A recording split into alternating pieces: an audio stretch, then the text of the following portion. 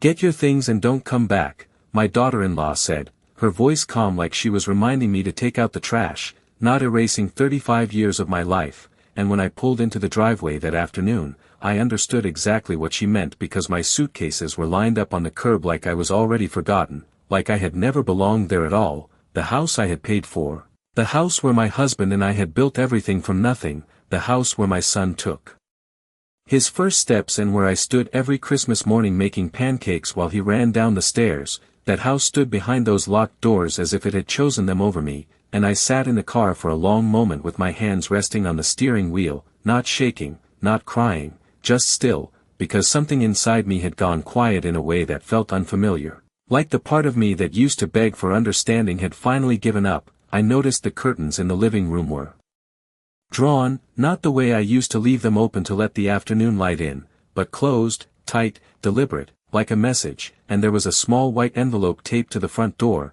my name written in a handwriting that tried too hard to look polite. I didn't need to open it to know what it said. I already knew. I had heard enough over the past year, the subtle comments about space, about how things change, about how I should consider something smaller, more manageable, words that sounded reasonable if you didn't listen too closely, if you didn't hear the part underneath where I had slowly been reduced to an inconvenience, a piece of furniture that no longer matched the room. I stepped out of the car, the gravel crunching under my shoes louder than it should have been, or maybe everything just sounded louder when you realized you were no longer welcome. I picked up one of the suitcases, the same navy one I had used on family vacations years ago, and it felt heavier now. Not because of what was inside, but because of what it meant. I didn't knock, I didn't call, I didn't stand there waiting for someone to explain, because explanations were for people who still thought they had a place in the conversation, and I understood, very clearly, that I did not, so I carried my bags back to the car one by one, placing them carefully in the trunk as if I were packing for a trip I had chosen, not an exit I had been forced into. And when I finally closed the trunk, I looked at the house one last time, not with anger, not even with sadness. Just with a kind of clarity that comes when something breaks clean instead of shattering. Then I got back in the driver's seat, started the engine, and instead of driving to a hotel or calling a friend, I turned left at the corner, toward downtown, toward the one place I knew still recognized my name without question, the one place where signatures mattered more than opinions. And as the bank building came into view, tall and quiet against the late afternoon sky, I felt something shift inside me, not revenge, not yet, but something steadier than that. Something that had been waiting patiently for a moment exactly like this, because they thought they had sent me away with nothing, but they had forgotten something important. They had forgotten who built everything they were standing in, and more importantly, whose name was still written where it mattered most. I had not stepped inside that bank in over a year, not since the day my husband passed and I sat across from the same polished desk signing papers I barely had the strength to read. But the moment I walked through the glass doors, something familiar settled over me, the quiet hum of fluorescent lights, the soft tapping of keyboards, the scent of paper and polished wood. It was steady, predictable, nothing like the uncertainty I had just left behind, and for the first time that afternoon, I felt grounded, not safe exactly, but anchored, like I was standing on something that could not be taken from me without my permission. A young teller looked up and smiled politely, the kind of smile you give a stranger. But then her expression shifted as she glanced at my face again, recognition flickering in her eyes before she quickly stood. "Mrs. Whitmore," she said, her voice suddenly more careful, more respectful. "It has been a while." I nodded once, setting my purse down on the counter with steady hands. "I need to speak with Mr. Collins," I said, my voice even, not rushed, not shaken, just certain. She did not ask questions. She simply picked up the phone and within minutes I was being led down the hallway I remembered too well, past framed certificates and closed office doors, until I reached the one at the end, the one with his name engraved in brass. He looked older than I remembered. Or maybe I was the one who had changed, but his eyes were the same, sharp and observant, the kind of eyes that missed very little. He stood as I entered, concern already forming on his face. "Eleanor," he said, "I was not expecting you." I gave a small nod as I took the seat across from him, placing my purse in my lap like I had done years ago, only this time I was not grieving, not confused. I was clear. "They put my bags on the street," I said, not as a complaint, not even as an accusation, just as a fact. His expression tightened. but he did not interrupt. He simply leaned forward slightly, waiting. I did not come here to talk about them, I continued, meeting his gaze. I came here to understand exactly what still belongs to me.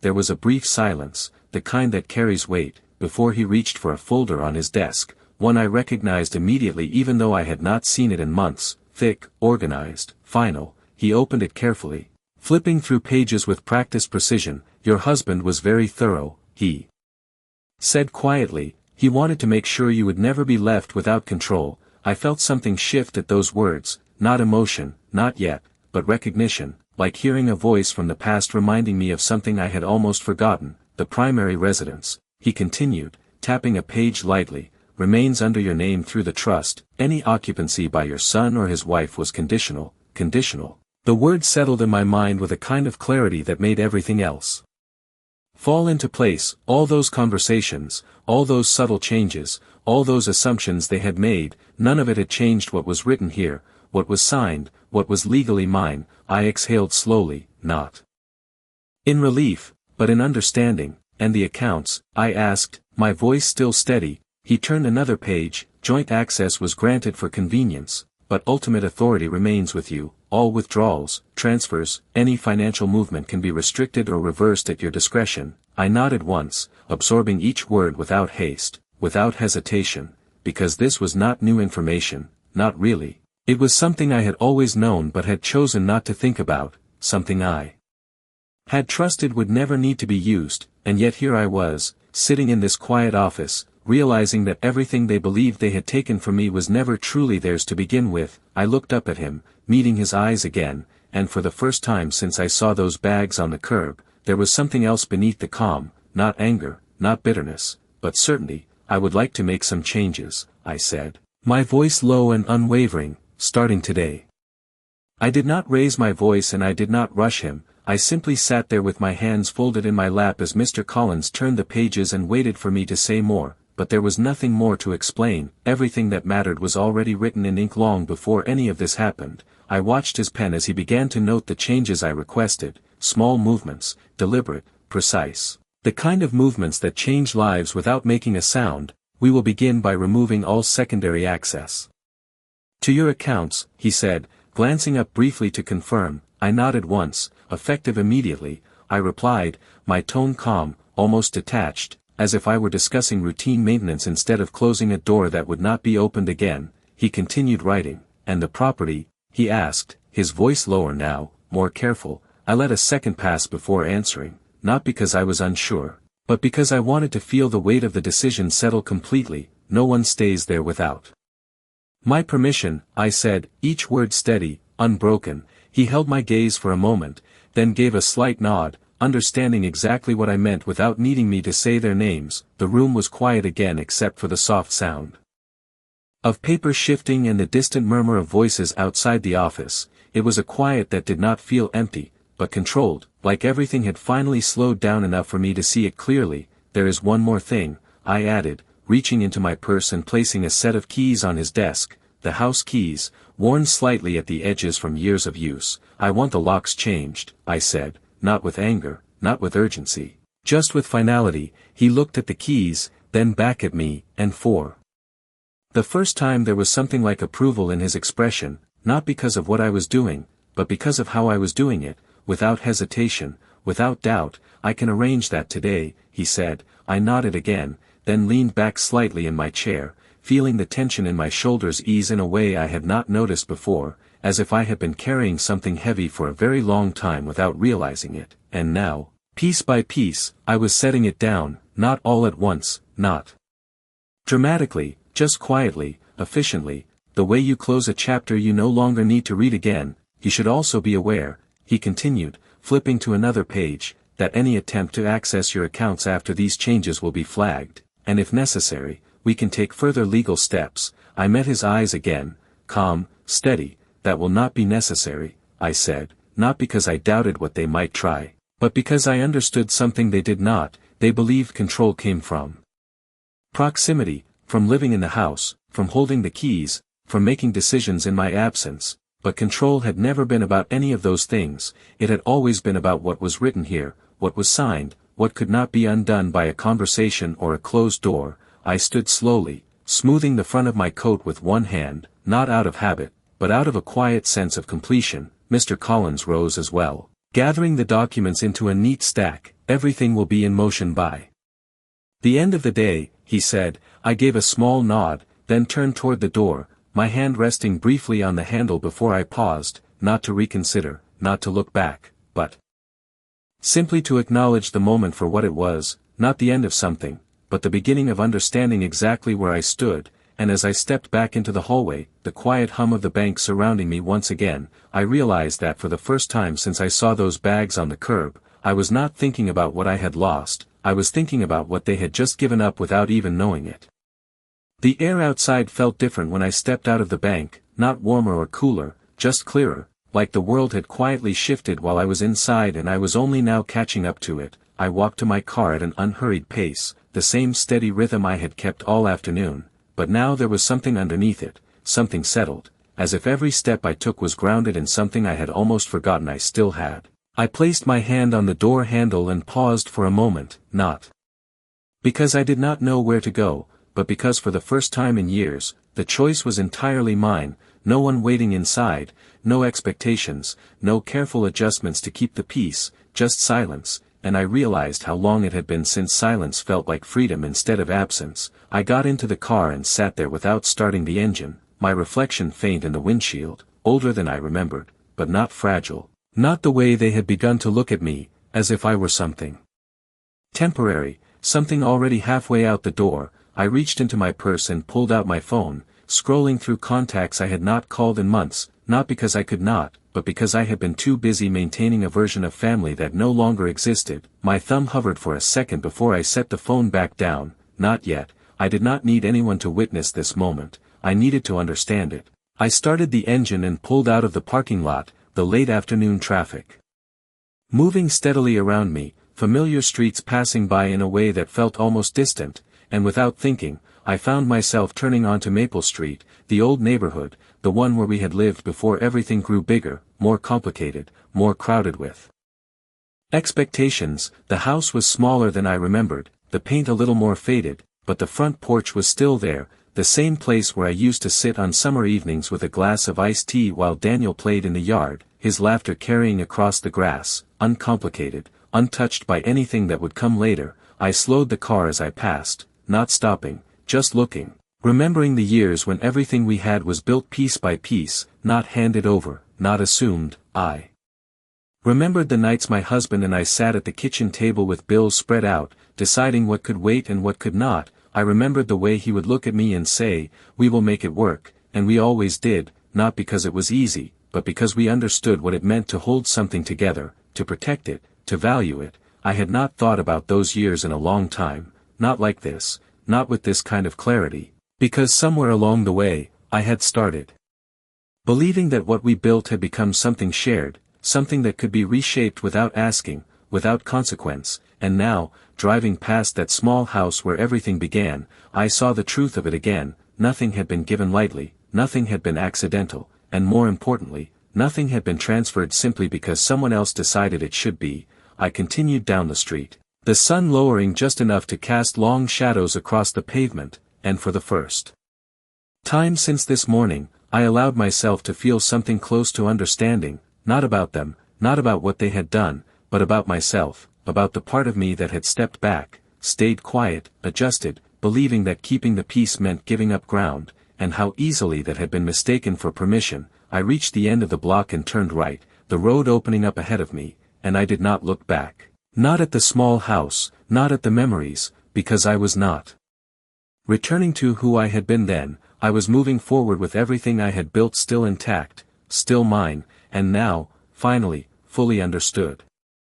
By the time I reached the main road again, the sky had begun to dim. That soft gray blue that settles in just before evening, and I realized I had not eaten, not since early morning, but I did not feel hungry, not in the way I used to, where everything felt urgent and immediate. Instead there was a strange steadiness in me, as if my body had decided that other things mattered more now. I pulled into a small diner I had not visited in years, the kind with vinyl booths and a bell that chimed when you opened the door, and as I stepped inside, the smell of coffee and grilled bread wrapped around me in a way that felt grounding, familiar. The waitress greeted me with a simple smile and led me to a booth by the window. I slid into the seat slowly, placing my purse beside me, my movements unhurried, intentional. I did not look at the menu right away. I just sat there, watching the cars pass by outside, people moving through their evening routines, unaware of how quickly things could shift, how quietly a life could be rearranged without warning. When the waitress returned, I ordered coffee and something simple, toast and eggs, my voice steady, as if this were any other day, as if I had not just been removed from my own home a few hours earlier. And as I waited, I found my thoughts drifting, not to the moment on the curb, not to the note on the door, but to the months leading up to it, the small changes I had noticed but chosen not to name. The way Jessica had started speaking in decisions instead of suggestions, the way Daniel had stopped meeting my eyes when certain topics came up, the quiet conversations that ended when I entered the room, the subtle shift from inclusion to tolerance, and then from tolerance to something colder, something that did not even try to hide itself anymore. I remembered the first time she mentioned updating the house, how casually she said it, as if it were already decided, as if my role was simply to agree. And how Daniel had nodded beside her, not looking at me, not asking, just accepting, and I had told myself it was nothing, that families evolve, that space changes, that I should not make something out of what could be explained away. I had spent years explaining things away, smoothing edges, choosing silence over conflict because it felt easier, because it felt kinder. But sitting there now, in that quiet booth with the soft clink of dishes around me, I saw it differently. I saw how each moment had been a step, not accidental, not isolated, but leading somewhere very specific, somewhere I had just arrived whether I acknowledged it or not. The coffee came first, steaming, strong, and I wrapped my hands around the mug, letting the warmth settle into my fingers, and for a moment, I allowed myself to feel it fully, not the betrayal, not the loss, but the clarity, the understanding that this had not begun today. It had been building quietly, patiently, until it reached a point where they no longer felt the need to ask at all, where they believed the outcome was already theirs, and that belief, more than anything else, was what had brought me to the bank, what had brought me here, sitting alone but not uncertain, because now I could see the entire path, not just the end of it. And as the plate was set in front of me, simple, ordinary, I picked up my fork and began to eat, slowly, deliberately, not because I was hungry, but because I was steady enough to begin again on my own terms. The coffee had gone lukewarm by the time I finished, but I did not rush to leave. I sat there a moment longer with my hands resting lightly on the table, watching the last of the evening light fade behind the passing cars, and I realized something I had not allowed myself to admit before. I had been adjusting for them for a very long time, not in big ways, not in anything obvious, but in the small, quiet ways that slowly changed the shape of a life. I had stopped using certain rooms because Jessica said they needed to be updated. I had shifted my routines because it made things easier for them. I had even changed the way I spoke, softening my words, choosing them more carefully, as if I were a guest instead of the one who had built the place they were now claiming. And each time I told myself it was temporary, that it was just part of living together, that it was easier to bend a little than to create tension. But bending had become stepping back, and stepping back had become disappearing. I reached for my purse and took out my phone again, this time not to scroll, but to check something specific. The time, just past 6 in the evening, which meant they would be home by now, or at least they would have noticed what had changed, the accounts, the access, the quiet shift that would not make noise but would make itself known in ways they could not ignore. I imagined the moment, not with satisfaction, not with anger, but with a kind of detached clarity. Jessica at the kitchen counter, her expression tightening as something did not go through the way it always had, Daniel standing nearby, confusion turning slowly into realization, the first question forming between them, not about me, but about what had happened to what they thought was already theirs. I stood up then, placing a few bills on the table, more than enough to cover the meal. The waitress gave me a small nod of thanks, and I returned it with the same quiet acknowledgement, simple exchanges that did not require explanation or adjustment. I stepped outside, the air cooler now, carrying that faint evening chill that settles into your coat and reminds you that the day has fully turned.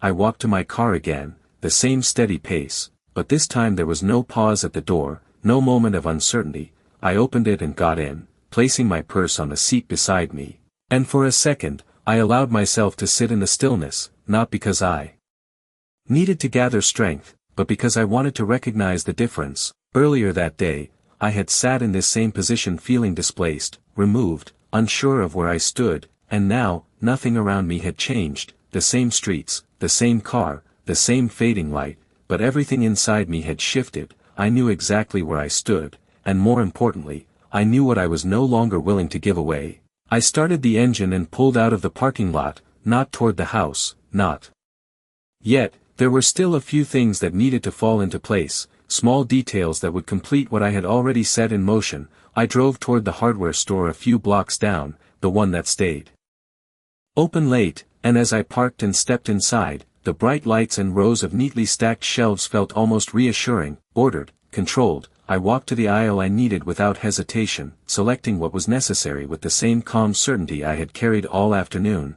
No rush, no second thoughts, just a quiet understanding that some doors, once closed properly, do not open again without permission. And as I made my way to the register, placing the items down with steady hands, I realized that what I was doing was not about taking anything back. It was about making sure that what had always been mine would no longer be mistaken for something they could simply step into and claim. I carried the small paper bag out of the hardware store with the same steady grip I had used all afternoon, nothing rushed, nothing uncertain, just a quiet continuation of what had already begun. The receipt folded neatly inside my purse, the items simple, practical, not dramatic in any way, and yet they held more weight than anything I had packed into those suitcases earlier. I placed the bag on the passenger seat and sat behind the wheel for a moment, the store lights reflecting faintly across the windshield, and I checked the time again. Nearly 7 now, enough time for everything to have settled into place back at the house, enough time for confusion to turn into concern, and concern to begin edging towards something else, something they would not yet be able to name. I started the engine and pulled back onto the road, this time heading in a direction I had not taken all day. Back toward the neighborhood I knew better than any other place, the streets becoming more familiar. With each turn, each stop sign, each corner carrying a memory I no longer needed to revisit but still recognized, I drove without music, without distraction, the quiet inside the car matching the clarity in my thoughts, and when I turned onto my street, I slowed slightly, not out of hesitation, but out of awareness. The house came into view exactly as I had left it, unchanged from the outside, lights on inside now. A faint glow through the curtains that had been drawn earlier. I pulled over just past the driveway and turned off the engine, letting the silence settle again. I did not reach for the door handle right away. I simply sat there, looking at the place that had once felt permanent in a way nothing else did, and now felt like something I was seeing clearly for the first time, not as a home, not as a shared space, but as something defined by ownership, by decision, by lines that had been crossed without permission. I noticed movement behind one of the windows, a shadow passing briefly, then stopping, as if someone inside had sensed something outside. I did not react, I did not wave, I did not step out. Instead I reached into my purse and took out my phone, scrolling to a number I had already saved earlier that day. The locksmith Mr. Collins had arranged. I pressed call and held the phone calmly to my ear, listening to the quiet ring on the other end. When the voice answered, I spoke in the same steady tone I had used all day, confirming the address, confirming the timing. No explanations, no added details, just instructions, clear and final. I ended the call and set the phone back down, then finally opened the car door and stepped out, the evening air cooler now, carrying that faint stillness that comes when the day has fully settled. I walked up the driveway at an even pace, not fast, not slow, just certain, and as I approached the front door, I saw it again, the empty space where my bags had been earlier, the place where they had made their decision visible. Without needing to say a word, I reached into my coat pocket and closed my fingers around the spare key I had kept all these years, not because I expected to need it, but because some part of me had always understood that control is not something you announce, it is something you maintain quietly, consistently. I stopped just short of the door, not knocking, not entering, just standing there for a moment as the porch light flickered slightly above me, and I listened. Faint voices inside. Movement, the low rhythm of a life continuing as if nothing had changed, but everything had already changed, they just had not caught up to it yet. And as I stood there, calm, steady, present, I realized that this moment was not about confrontation, not about reclaiming space with noise or force. It was about timing, about letting the truth arrive in its own way, and when it did, it would not need to be explained, it would simply be understood. I stood there just long enough to hear the shift inside, a chair scraping lightly across the floor, footsteps approaching, then the door opened, not wide, just enough for Jessica to look out, her expression already tight before she even saw me, and when she did, it changed, not to surprise, not exactly, but to something sharper, something calculating. "I thought we made things clear," she said, her voice low, controlled. As if this were still a conversation she could manage, I did not respond. Right away, I simply looked at her, taking in the way she held the door, not inviting, not welcoming, but guarding, as if the space behind her belonged to her now, as if standing there was enough to make it true. Daniel appeared behind her a moment later, his face more uncertain, his eyes flicking between us, searching for something he did not quite understand yet. "Mom," he said, his voice hesitant, "we were going to call you." I gave a small nod, not acknowledging the words, just the sound of them, because I could already see it, the disconnect, the delay between what they believed had happened and what had actually been set in motion. "That will not be necessary," I said, my tone even, calm, the same tone I had carried all day. Jessica's grip on the door tightened slightly, a small movement, but noticeable. "You cannot just show up like this," she replied, her words measured, but the edge was there now, the control beginning to slip in small, almost invisible ways. I let a second pass, not to provoke, not to challenge, but to allow the moment to settle into what it was becoming. Then I spoke again, just as steadily. "I did not come to stay," I said, and for the first time, there was a flicker of something in her eyes, confusion, brief but unmistakable. Daniel shifted behind her, stepping slightly closer. "Then why are you here?" he asked, and I could hear it now, the uncertainty, the beginning of a realization that had not fully formed yet. I reached into my purse and took out a folded document, not hurried, not dramatic, just a simple motion, and held it out slightly, not pushing it toward them, not forcing it into their hands, just offering it into the space between us. "Because there are things you need to understand," I said. Jessica did not take the paper right away, her eyes moving from my face to the document and back again, calculating, measuring, as if trying to decide whether acknowledging it would make it real. Daniel reached past her and took it instead, unfolding it slowly, his eyes scanning the page, the silence stretching between us, and I watched as his expression changed, not all at once, but in stages, confusion first, then recognition, then something heavier, something that settled into his features in a way I had not seen before. Jessica leaned slightly toward him, trying to read over his shoulder, but he did not move the paper. He just stood there, holding it, absorbing it, and I did not need to say anything else. I did not need to explain the accounts, the access, the ownership. It was all there, written clearly, signed, dated, unchanged by anything they had decided without me. "This is not," Jessica started, her voice sharper now, but she stopped before finishing the sentence, because even she could see it, even she could feel the shift that had already taken place. I let the silence sit for a moment longer, then spoke one last time, not louder, not firmer, just clear. "The locks will be changed tonight," I said, and this time, there was no confusion, no hesitation, just the weight of understanding settling into the space between us, quiet, undeniable, final. The silence that followed did not break, it settled, heavy but controlled. Like everything else that had happened that day, Daniel lowered the paper slightly but did not let go of it, his eyes no longer searching, no longer uncertain, just fixed in a way that told me he understood more than he wanted to. Jessica stepped back half a step without realizing it, her hand still on the door but no longer holding it with the same certainty. The space behind her no longer looked like something she owned, it looked like something she was standing in temporarily, something that could shift at any moment. I did not step forward and I did not raise my voice, I simply stood where I was, allowing the truth to do what it always does when it is no longer ignored. It settles in quietly and changes everything without needing permission. "You cannot do this," Jessica said finally, but the words lacked the weight they had earlier. They sounded thinner now, less certain, as if even she could hear the difference. I met her eyes calmly, not challenging, not arguing,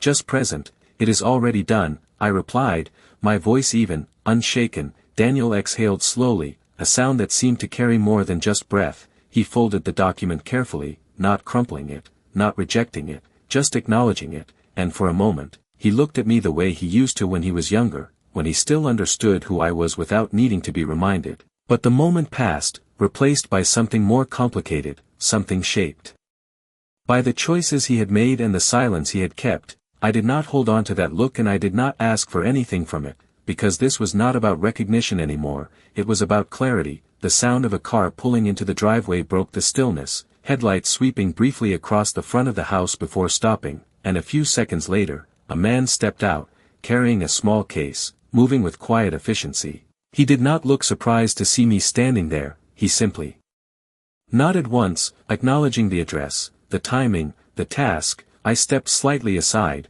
giving him space to approach the door, and without needing further explanation, he began his work, tools laid out, movements precise, the sound of metal shifting, small, controlled, final. Jessica opened her mouth as if to protest, but no words came. Daniel remained where he was, the paper still in his hand. His shoulders no longer squared with certainty but lowered slightly, as if the weight of something had finally settled into place. I watched for a moment, not the process itself, but what it represented, not an ending, not a punishment, just a correction, or return to what had always been true. And when the man finished, he handed me a new set of keys, clean, unused, untouched by anything that had happened before today.